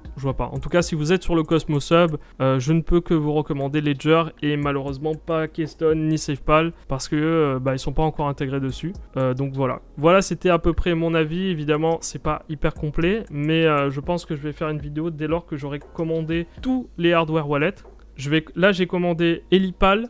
Là, je viens de recevoir aujourd'hui Keystone. J'ai commandé Elipal. SafePal, je l'avais depuis un moment. Je vais avoir aussi une autre entreprise française qui fait aussi... Non, belge, pardon, qui fait aussi une hardware wallet, qui a soi-disant une sécurité qui est au-dessus de Ledger, qui est EAL 7+, alors que Ledger, c'est EAL 5. Donc, on va voir. Dès que je reçois tout, de toute façon, je vais faire une vidéo comparative et on verra ensemble. Mais voilà, force est de constater. Ngrave aussi, oui. Ngrave, c'est ça. Uther, c'est ça. C'est Ngrave qui est EAL 7+, c'est ça. Ou EAL 7. Alors, en fait, c'est que matériellement, toutes elles ont des avantages et des inconvénients. Oui. Mais au niveau logiciel, pour l'instant, il n'y en a aucune qui est aussi performante que Ledger, en fait. Avec leur wallet et toutes les intégrations qu'ils ont, officielles ou officieuses, t'as que Ledger que tu peux utiliser pratiquement partout, en fait. C'est ça. C'est ça qui est dommage. Ça me fait de la peine parce que Keystone, je l'aime bien en plus cette wallet. Je l'aime bien si j'utilisais que BTC et que j'utilisais seulement MetaMask. Franchement, ça serait le top parce que j'ai pas besoin de mettre le mot de passe. Ouais, j'aime bien l'ergonomie, tout est tactile, c'est pas mal. Mais bon, même si le tactile en soi, c'est un plus, sincèrement, c'est pas ça qui va me déterminer le prix. Enfin, c'est pas ça qui va déterminer mon achat. Là, c'était vraiment pour la tester, donc à voir, vraiment, à voir. Mais par contre, alors Keystone, je dirais que c'est un peu haut de gamme, entre parenthèses. Mais par contre, SafePal, ça va. Ça, c'est vraiment sous format carte, vous le mettez dans la poche. $50, bien moins cher que Ledger. Et en plus de ça, derrière, c'est soutenu par Binance. Donc, à voir. Mais malheureusement, comme je vous ai dit, Ledger est au-dessus de tout le monde. Voilà. Qu'est-ce que t'en penses ? Je suis assez d'accord avec toi. En fait, pour moi, ce qui me ferait aller autre part qu'une Ledger, c'est le prix. Et étant donné qu'elles sont pas forcément... Voilà, et encore, et en vrai, c'est à peu près tout le même prix. Donc si tu dois en prendre qu'une, tu prends la Ledger à 80 € et c'est tout. La Nano S+, ouais, bien sûr. C'est fait en France. L'inconvénient, c'est que après, voilà, si t'es quelqu'un de plutôt mobile, si vous êtes vraiment plutôt mobile plutôt que PC et que vous aimez la DeFi, à la limite SafePal c'est bien. SafePal, allez-y, c'est plutôt facile à utiliser. Et si vous voulez pas vraiment mettre beaucoup d'argent, je veux dire. Après, si vous avez les moyens, vous achetez la Nano X à $150 et là, oui, vous aurez le top du top en Bluetooth, etc. Tout est bien. Et si vous avez vraiment beaucoup d'argent, vous achetez la Stax avec $289 et puis voilà. C'est dommage, hein, parce que je l'aime bien en plus. Hein. Oui. Je les aime bien les autres, hein, mais force est de constater qu'au niveau logiciel, bah, ils suivent pas. Hein. Bah, c'est ça, c'est si tu peux. Pour moi, si à partir du moment où t'as pas toutes les chaînes X ou Y et qu'en fait tu en as une où tu as tout, l'autre où tu les as pas, bah, tu vas forcément aller là où tu as tout. Surtout quand tu utilises Cosmos en fait. Si tu utilises toutes les chaînes Cosmos, C'est vrai. bah, t'es de facto, tu vas aller sur Ledger. Si T'as pas trop le tu as choix. que en même temps. l'ETH, tu peux choisir à la limite. C'est ça, mais t'as C'est pas le ça. choix, t'as pas le choix, t'es obligé d'aller sur... T'es obligé, de toute façon, sur Kepler, ils vous proposent uniquement Ledger de toute façon. Ils ont prévu Ledger et pas Trésor ni quoi que ce soit, c'est que Ledger. Donc ouais. Après SafePal c'est plus vicieux, Ça. parce que eux, même si c'est pas intégré, en fait quoi qu'il arrive, en fait ce qu'ils vont faire c'est qu'ils vont passer sur le site web et ils vont utiliser, je sais pas exactement comment ça se passe, mais ils utilisent leur propre protocole, ce qui fait qu'en fait ils passent par-dessus, donc même si c'est pas intégré en natif sur l'application, ils peuvent quand même l'utiliser. On peut quand même utiliser ça SafePal. Donc c'est vraiment pas mal. Alors je dirais en premier, je mettrai Ledger, en deuxième SafePal, puis en troisième, bah, on verra. Pour l'instant, Keystone est en troisième, mais c'est parce que c'est les troisièmes, du coup, c'est la troisième wallet que je teste. Et La quatrième, la cinquième, si on doit compter aussi Satoshi et Kobo, mais Kobo et Keystone, c'est la même chose, donc bon. est-ce que tu as précommandé la nouvelle Ledger surtout? Eh bien non, je vais te dire, je dis la vérité, oui. Non, je n'ai pas commandé la nouvelle Ledger parce que je me fous, je vais te dire Parce qu'on te franchement... l'a offert. Bah non, on me l'a pas offert déjà, j'aurais bien aimé, mais à la limite si on me la donne, je le dis pas non. Mais sincèrement, je vais pas l'acheter de moi-même, 289$, c'est très joli, il y a pas de souci, mais c'est pas que... Déjà la Ledger, je m'en sers pas tous les jours, à vrai dire. Puis en plus de ça, je trouve que c'est un peu cher pour ce que c'est quand même. Hein. Puis en vrai, Ledger, tu sais ce qu'il devrait faire, on en avait parlé, à la limite, c'est qu'il pourrait développer, si c'est possible, si ça marche, développer une puce, un peu comme tu m'avais dit avec Qualcomm par exemple, qui développe ses puces, et ben là ça serait une puce de sécurité qui mettrait sur tous les portables, et donc vous auriez même pas besoin d'avoir une Ledger à côté, vous auriez tout sur votre portable. Le problème après, c'est comment vous gérez ça, comment vous faites en sorte que ça soit pas connecté au réseau en permanence, etc. Ça, c'est une autre question de sécurité. Bah, c'est D'ailleurs, un peu la prochaine étape, oui. Parce que niveau sécurité, le AirGrape, donc le système que vous avez sur Keystone et sur SafePal, à savoir un système avec une petite caméra qui photographie un QR code, c'est actuellement le système le plus sécurisé qui vous permet de ne pas connecter de Bluetooth ni de câble USB. Et ça, c'est vraiment pas mal niveau sécurité. Après, oui, c'est sûr. Mais voilà quoi, tant qu'il n'y aura pas le Cosmos Hub, de toute façon moi je ne pourrai pas vous dire, je ne pourrai pas de toute façon utiliser autre chose que Ledger, pour l'instant en tout cas. J'espère qu'un jour il y aura autre chose que Ledger quand même, c'est dommage qu'ils aient une telle hégémonie.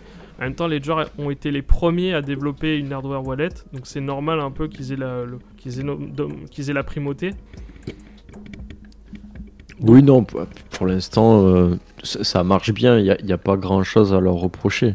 C'est mis à part qu'ils augmentent terriblement les prix sur tous leurs trucs petit à petit. Où avant, une Nano X c'était 80$, là c'est 150$. Ça a presque doublé en 2 ans. Ouais, c'est incroyable. Hein. Mais si. Ça fait peur hein, quand tu vois ça. Bah, ils profitent du fait qu'ils soient les meilleurs, faut dire les choses. Ils profitent bien. Je veux pas leur faire de la pub et je mettrai pas, vous inquiétez pas, je mettrai pas dans le live le référal ou quoi que ce soit, parce que j'ai eu les autres aussi et je voulais tester, du coup, vraiment objectivement, pour l'instant, à la limite SafePal, ok, mais pour l'instant, Ledger est au-dessus. Je suis désolé de le dire, malheureusement, ils sont au-dessus. Je voudrais vraiment que ça soit l'inverse, mais pour moi, pour mon utilisation en tant qu'utilisateur du Cosmos Hub, bah, j'ai pas trouvé mieux. Mais voilà, si par tu contre, veux être honnête, tu peux que dire moi sur les prix, par contre, c'est un peu cher, et la Nano et la Stax c'est encore plus cher, 289$. Bah, c'est cher, mais en même temps, c'est presque au prix des autres. C'est pas non plus. C'est juste avant, ils étaient moins chers et qu'ils ont augmenté. Après, tu peux dire, oui, ils ont augmenté parce que le logiciel est plus performant de l'autre côté. Ça peut s'entendre, mais bon. Moi, je préfère qu'ils augmentent le prix du matériel qu'ils me fassent payer des abonnements pour avoir accès à X ou Y. Parce que là, par contre, là, ça commencerait à... Si te font payer des abonnements Ledger ou je sais pas quoi, pourquoi comme c'est un peu la mode partout. Non, c'est pas prévu, c'est moi qui dis des trucs de café du commerce, non. Ouais, mais il est pas mal, hein, sincèrement, si vous aimez le côté un peu, le côté design, un peu ergonomique et tout, franchement, c'est pas mal, je le trouve sympa. Il n'y a pas de couleur, je crois, c'est pas un écran couleur, hein, c'est pour faire des économies Non, peut-être qu'il est en Oui, couleur, c'est les écrans de... Non, tablette, c'est les écrans de... de liseuse. C'est ça de... De liseuse. Ouais, de liseuse, Ouais. de Kindle, ouais. Je vois, ouais. Bon, bah au pire, pour moins cher, vous avez, si vraiment ça vous intéresse, vous avez à la limite Elipal. D'ailleurs, je vais le recevoir bientôt, j'espère. Elipal, c'est ça, je vous le montre. Je vais vous montrer rapidement. Parce que là, j'ai Keystone, moi, actuellement. Là, je vous ai montré Keystone. Et vous avez Elipal aussi qui est dans le même genre. Je vais voir si je peux... Hop. Donc ça, c'est Elipal. Donc ça, c'est Elipal. Attendez, voilà, ça ressemble à ça. Je sais pas si on peut le voir en plus gros. Donc ça coûte 139$. C'est en couleur. Bon, ça vaut ce que ça vaut. La batterie se décharge assez vite en général quand c'est comme ça. Moi, je constate en tout cas que même malgré le tout petit écran du SafePal, ça se décharge super vite. Et voilà quoi, 139$. Donc c'est pas mal. C'est soutenu par crypto.com. SafePal, du coup, c'est Binance et Elipal, c'est plutôt Crypto.com du coup. Et du coup, il y avait Keystone. Je vous montre combien ça coûte sur le site. Vous avez plusieurs versions, donc la version normale et la version pro. Ah, ça marche pas. Ah, ok, il veut pas s'actualiser. Bon, c'est pas grave, il veut pas me le montrer. Ah oui, c'est le bloqueur de pub, ok. C'est bon, c'est revenu. Bon, ça veut pas fonctionner, c'était pas grave. Bon, en tout cas, voilà, je vous l'ai montré de toute façon. Donc voilà, Uther, tu l'as depuis 2 ans. La Engrave, tu as une Engrave. Putain, mon dieu, j'arrive pas à parler. Tu as une hardware wallet Engrave, c'est ça? Ah, Ledger, oui. Bah oui, Ledger, bah oui, c'est le top du top. Par contre, tiens, parce que quand même, on va pas faire que des éloges de Ledger. Faut dire qu'il y a de gros problèmes sur les Ledger Nano X au niveau de la batterie. J'ai énormément de personnes qui viennent me dire qu'il y a de gros problèmes sur des défauts liés à la batterie. Je sais pas si ça a été ton cas, toi aussi. Oui, moi j'avais le cas, oui, on en avait parlé. Et c'est ça, c'est quand tu l'as branché. Je sais pas si c'est la batterie ou le câble, mais oui, tu as une erreur. Et j'ai vu d'autres personnes qui l'avaient également. Quand tu branchais, tu avais une erreur. La Ledger ne charge pas. Et c'est vrai, j'en ai une qui est comme ça. J'en ai plusieurs, moi, et j'en ai une qui est une autre où ça le fait très peu. Ça me l'a fait une fois, quand même. Plus jamais, donc. Et surtout quand c'est parce que je passe par un un hub USB. Et Oui. selon les câbles que je peux mettre ou quoi, parfois ça ne charge pas, peut-être pendant une semaine ou 15 jours, je me rends compte que ça charge pas. Puis ma Ledger est toute déchargée, puis d'un coup, par miracle, ça le branche bien et ça charge. Et ça tient donc la charge? toutes les transactions. Ah oui, elle tient très bien la charge, hein, ça tient 15 jours, un mois sans charger, je pense. Tu vois, Uther ça tient très bien. est du même avis que toi, du coup ça tient super bien la charge, mais je peux vous le dire du coup pour SafePal et pour Keystone, ça tient pas du tout la charge par contre. C'est vraiment chiant, ça c'est vraiment le truc le plus dommageable chez SafePal, c'est que ça tient pas la charge. Voilà. Ça, la Ledger en soi, moi je la charge jamais en fait. Après c'est normal. Je fais les transactions, c'est un petit écran aussi. Mais je pense que Ledger à ce niveau-là, ils ont compris quelque chose quand même. Ledger a compris quelque chose. C'est que ça servait à rien de faire des écrans 4K avec plein de couleurs. L'important c'est quand même d'avoir un écran ergonomique qui tienne le plus longtemps possible, donc que tu n'aies pas à recharger tout le temps, parce que du coup dans leur Ledger Stacks ils ont compris ça, ils ont utilisé les écrans de liseuse. Du coup je crois que ça doit être c'est quoi, c'est de l'OLED, enfin je sais pas exactement quel type d'écran ils utilisent, mais en gros ça consomme très peu en énergie, et ça c'est vraiment le top. Ils ont vraiment compris ça, parce qu'ils sont pas allés sur ça comme Keystone ou Elipal avec des écrans couleurs qui consomment énormément et qui au final, ouais, voilà. Alors si j'allume sur le format, ce qu'ils pourraient ajouter, c'est peut-être un capteur d'empreinte digitale ou des boutons un peu plus haptiques au lieu d'avoir des clics à chaque fois, où tu dois cliquer et avoir un truc un peu plus rapide, ergonomique. Je sais pas si on voit. Mais sur le format... on le voit peut-être pas, mais en gros... Ah si, on le voit. Elle est déjà déchargée alors que je l'ai chargée hier. Je l'ai chargée justement pour pouvoir montrer en vidéo. Elle est déjà déchargée là. Puis en réalité, mis à part moi qui teste le matériel, parce que bon, évidemment, je me dois d'avoir un avis quand même sur les hardware wallets, bah je vais pas utiliser tous les jours différentes hardware wallets. J'en utilise qu'une seule et c'est Ledger. Ça me sert à rien d'utiliser 50 hardware wallets tous les jours. Parce que si je veux réellement stocker mes crypto-monnaies, je choisis pas d'hardware wallet en fait. Enfin si, il y a une hardware wallet pour générer la clé privée, mais ce que je vais surtout utiliser, c'est... j'en ai une là d'ailleurs. je sais pas si je peux la montrer là tout de suite. Bon, je vous la montrerai quoi qu'il arrive en vidéo. Bah, c'est une plaque métallique sur laquelle vous allez mettre vos mots, votre phrase mnémonique, donc vos 4 premières lettres à chaque fois. Et ça résiste à l'eau, ça résiste à 1500 degrés. D'ailleurs, vous pouvez le retrouver, tout le monde le propose aujourd'hui. C'est pas très cher, ça coûte à peu près 50 $. Vous pouvez le regarder. Attends, je vais voir si je peux pas le montrer. Voilà, c'est celle-là. Enfin, vous en avez plein. Hein. Tous proposent maintenant leur système de protection. Donc ça ressemble à ça, par exemple, chez Illipal. Chez Ledger, vous avez, du coup, je crois que c'est sur accessoires. C'est la même chose, ça vaut 50 € à peu près. Je crois que ça doit être là. Ouais, c'est là. Ouais, eux, ils sont... Ouais, voilà, c'est ça. Ça ressemble à ça. Mais par contre, et sincèrement, je trouve que Ledger, sur les accessoires, ils vendent ça une blinde. Ils vendent ça super cher, je trouve. Les clés en fer? Ouais. Enfin, les... Mais, t'as la même chose pour 50 € et te le vendent 100 €. Et c'est le même matériau, c'est les mêmes matériaux, c'est les mêmes protections. Ouais, ils se font plaisir. On va dire qu'ils profitent de leur position dominante quand même. Sur ça... Après, il y a une technique... J'avais vu passer une technique... J'ai la capsule moi aussi. Hein. Pour faire à la maison. 3 €. Elle m'a coûté 3 € en réduction. Et elle est aussi résistante, d'ailleurs j'avais fait une dessus. J'avais vu des do it yourself pour faire pour inscrire sa seed sur des trucs en métal tout à la maison beaucoup moins cher pour 4-5 $, où tu pouvais avec des poinçons taper sur des rondelles et du coup mettre ça sur des boulons. Sur un écrou, tu mets 12 rondelles où tu marques tes mots dessus, tu fixes ça sur des boulons avec des écrous et t'as un truc tout aussi, peut-être même mieux qu'une plaque, et ça te coûte 3 € des boulons et un écrou. Ouais, après le plus important, rappelons quand même, c'est la génération de l'entropie pour la clé privée. C'est comment on va générer l'entropie pour la création de la clé privée. C'est le plus important. Le reste, en fait, c'est vrai. Après, c'est pour stocker votre clé privée à froid, donc sur une cold wallet. Mais l'important, c'est comment vous allez générer de l'entropie pour justement obtenir cette clé privée. Si demain on apprend, je sais pas vraiment comment ça fonctionne chez Ledger, je sais pas exactement comment ils génèrent l'entropie. Mais si on décode par exemple comment les clés privées sont générées, comment eux ils génèrent les clés privées, comment ils génèrent l'entropie sur les clés privées, sur les clés Ledger, peut-être qu'à ce moment-là il y aura des problèmes de sécurité. Mais justement le plus important ça reste comment est générée l'entropie. C'est comme ça d'ailleurs que je vous avais montré la dernière fois, pardon, je parle pas très bien français là, je vous en avais parlé la dernière fois sur Bitcoin Paper où il s'était fait hack parce que on avait trouvé le moyen en fait on avait su comment était générée l'entropie. En fait vous bougiez la souris dans tous les sens et en fait ils ont trouvé l'algorithme qui générait les clés privées et à partir de là ils ont pu récupérer toutes les clés privées qui avaient été imprimées.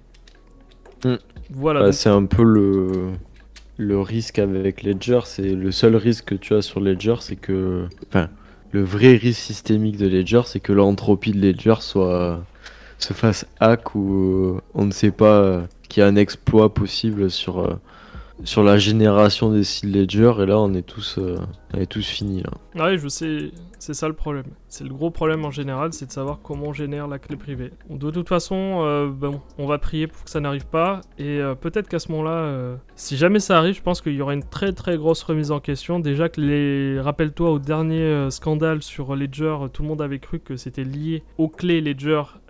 Tu te rappelles du scandale avec Shopify où on avait découvert que la base de données Ledger avait fuité, donc on connaissait pratiquement toutes les personnes qui avaient acheté des Ledger. Donc là c'était un gros problème et toute la base de données avait fuité. Tiens, d'ailleurs pour finir, et après on clôture, et on vous souhaite un bon week-end évidemment. Pour finir, il y a aussi un point sur lequel j'aimerais revenir. Je sais pas si vous avez entendu parler récemment d'un hack sur même ce qui concerne Ledger, mais peu importe en fait, où on vous envoie une transaction à 0 €, donc 0 USDC plutôt, et en fait ça copie les 3 dernières lettres et les 3 premières lettres, et ça vous fait croire en fait que c'est votre adresse. Et donc en fait quand vous ne faites pas forcément attention, et en fait vous renvoyez à cette adresse, et en fait c'est pas du tout votre adresse. Je crois que tu en as entendu parler, Usebond. Oui, c'est ça, c'est un nouveau hack qu'il y a sur les stablecoins. Et sur les stablecoins. C'est quand vous faites des envois de stablecoins, En fait, une fois que vous avez fait un envoi, vous allez recevoir une transaction avec 0 fee, avec 0 $ d'USDC. Et en fait, c'est une transaction d'une wallet qui va ressembler étrangement à votre wallet ou à la wallet à laquelle vous avez envoyé. Ou en fait, on peut sur ETH, en fait sur Solana surtout, on peut générer des wallets un peu comme bon nous semble. Si vous faites tourner un rig, vous pouvez faire une wallet avec mettons la fameuse adresse sur ETH qui s'appelle OX 00000 dead à la fin. On peut faire ça et en fait il recopie votre adresse pour que si vous allez dans MetaMask et vous envoyez des fonds à la dernière adresse de la dernière transaction sans faire attention, qui va ressembler à une adresse que vous connaissez, bah vous allez vous faire avoir et envoyer du coup l'adresse à ce hacker qui n'est pas un hacker en fait. Non. C'est plutôt c'est un genre de phishing on-chain quoi. Ouais, c'est du social engineering à la limite. Ouais, ça y ressemble quoi. C'est pas très compliqué en soi, faut être vigilant, c'est tout. Regardez bien au milieu aussi, regardez pas forcément les 3 derniers caractères, les 3 premiers. Regardez un peu tout et faites attention quoi quand vous choisissez quand vous choisissez tout simplement l'adresse à laquelle vous allez envoyer vos fonds. Vérifiez bien le copier-coller, vérifiez 2 fois, 3 fois si vous voulez, mais vérifiez. Bon, bah je pense qu'on a fait le tour. Disons que oui, pardon. À partir du moment où tu sais que ça existe, bon bah voilà, tu tombes plus dedans quoi. C'est ça, bah il faut faire vraiment super attention. Ouais. Écoutez, maintenant ils ont tenté plein de choses, on verra quel sera le prochain exploit. De toute façon, on sera tenu au courant, quoi qu'il arrive. Vous serez les premiers informés sur notre Discord. Rappelez-vous qu'on vous envoie toutes les news sur la DeFi. Je vous invite d'ailleurs à nous rejoindre si ce n'est pas déjà le cas. Donc on se dit à vendredi prochain et pas à dimanche prochain parce que dimanche c'est Noël et donc il n'y aura personne. Et du coup on se dit vendredi prochain à 21h. Nous aussi, il y aura... Oui, du coup nous aussi on fête Noël, enfin voilà. Et du coup on se rejoint, on se verra du coup vendredi prochain 21h même heure et on traitera de l'actualité et je vous ferai aussi un compte rendu si j'ai à ce moment-là reçu les nouvelles hardware wallet, eh bien je vous en parlerai. Mais pour l'instant il n'y a personne qui détrône Ledger, malheureusement ou heureusement, ça dépend comment on voit les choses. Donc on se dit à la semaine prochaine et je vous souhaite à tous un très bon week-end. Ciao. Ciao.